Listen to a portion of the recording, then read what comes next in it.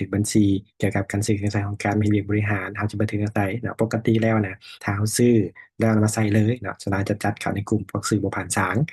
แล้วก็ลงไปเลยจ่ายทันทีแต่ถ้าสมมติเขาซื้อเป็นออนไลน์เนาะเขาจะซื้อข่าวสารก่อนแล้วค่อยเบิกจ่ายฉะนั้นการกระเทคนิคการบัญชีจะมีสองแบบเนาะคือแบบที่ผู้เป็นรายจ่ายและแบบที่ผู้สินฉันเอามาเบิ่งกรณีที่ว่าแบบที่หนึ่งกันเนาะผู้เป็นรายจ่ายเขาจะบันทึกบัญชีใดสมมติเนาะเขาทำใส่โปรแกรมประกายทิพย์เข้าระบบผ่านตอนเขาซื้อเนาะซื้อเนี่ยเขาได้ไปเก็บเงินอากรมา หรือว่าได้ไปบิน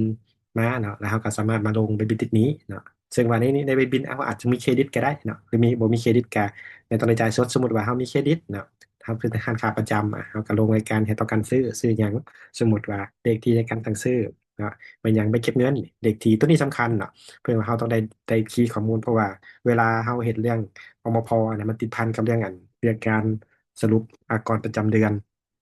เนาะซึ่งว่าเขาต้องได้คีย์ข้อมูลในเลขบินให้ชัดเจนฉะนั้นถ้าเขาคีย์ข้อมูลในซีแล้วระบบมันจะรู้ให้เวลาสั่งรวมในการเฮ็ดเรื่องส่วนออกส่วนเข้าเนาะสมมติว่าต้องจ่ายเลยเนาะซื้อจากไผนี่ซื้อจากบริษัทอ่านี่เนาะสมมติว่าเครื่องใช้ของการนิดนึง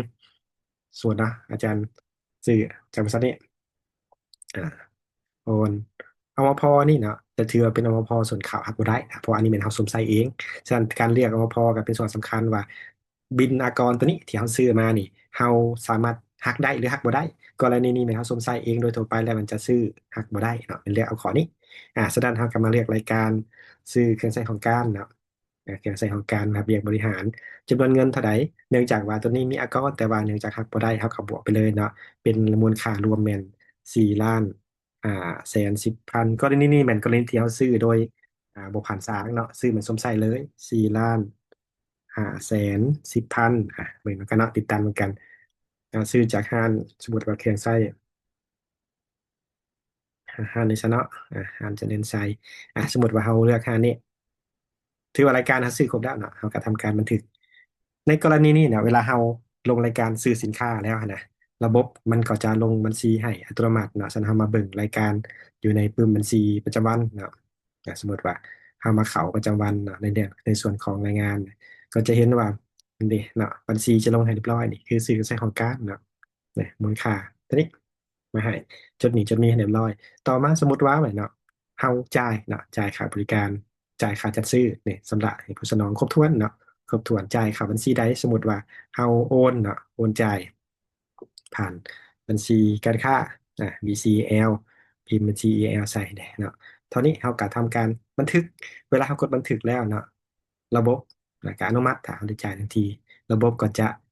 ลงบัญชีให้อัตโนมัตินะฮะเดะสังเกตเนาะว่าตอนนี้นี่รายจ่ายลงให้แล้วสำหรับหนี้ให้เรียบร้อย นี่อันนี้คือว่าเป็นข้อดีนะฉะนั้นถามว่าเราเข้าใจเรื่องกลไกโดยเฉพาะในการศึกษาอากรฮันเนาะที่ว่าเราต้องได้รู้เบื้องต้นอันนี้เป็นส่วนสำคัญจริงๆแต่เราลงมันซีได้ละเอียดขึ้นเนี่ยเราสังเกตว่ามันก็จะถ้าพูดกันแล้วตอนนี้ยอดเป็นศูนย์แต่การระบบก็จะสวยในการติดตามเนาะติดตามให้เราฉะนั้นถ้าอยากเข้าใจวิธีกลไกในการตั้งค่าหรือเหตุให้ระบบมันลงอัตโนมัติให้ได้ก็จะเป็นส่วนที่ช่วยให้เรื่องการหนักบัญชีเรามีประสิทธิผลสูงขึ้นจนเราสามารถศึกษาเพิ่มเติมได้เนาะ ตรงในส่วนนี้จนเท่ากับวันนี้เอากรณีหนึ่งก่อนจะต่อไปครับกรณีซื้อแล้วเอาข่าวสารแล้วคอยเบิกจ่ายเนาะตอนนั้นจะเป็นทรัพย์สินก่อนแล้วคอยเป็นรายจ่ายตำหลังเมื่อเบิกไส้แล้วจะมาศึกษาตื่นมาว่าจะเฮ็ดได้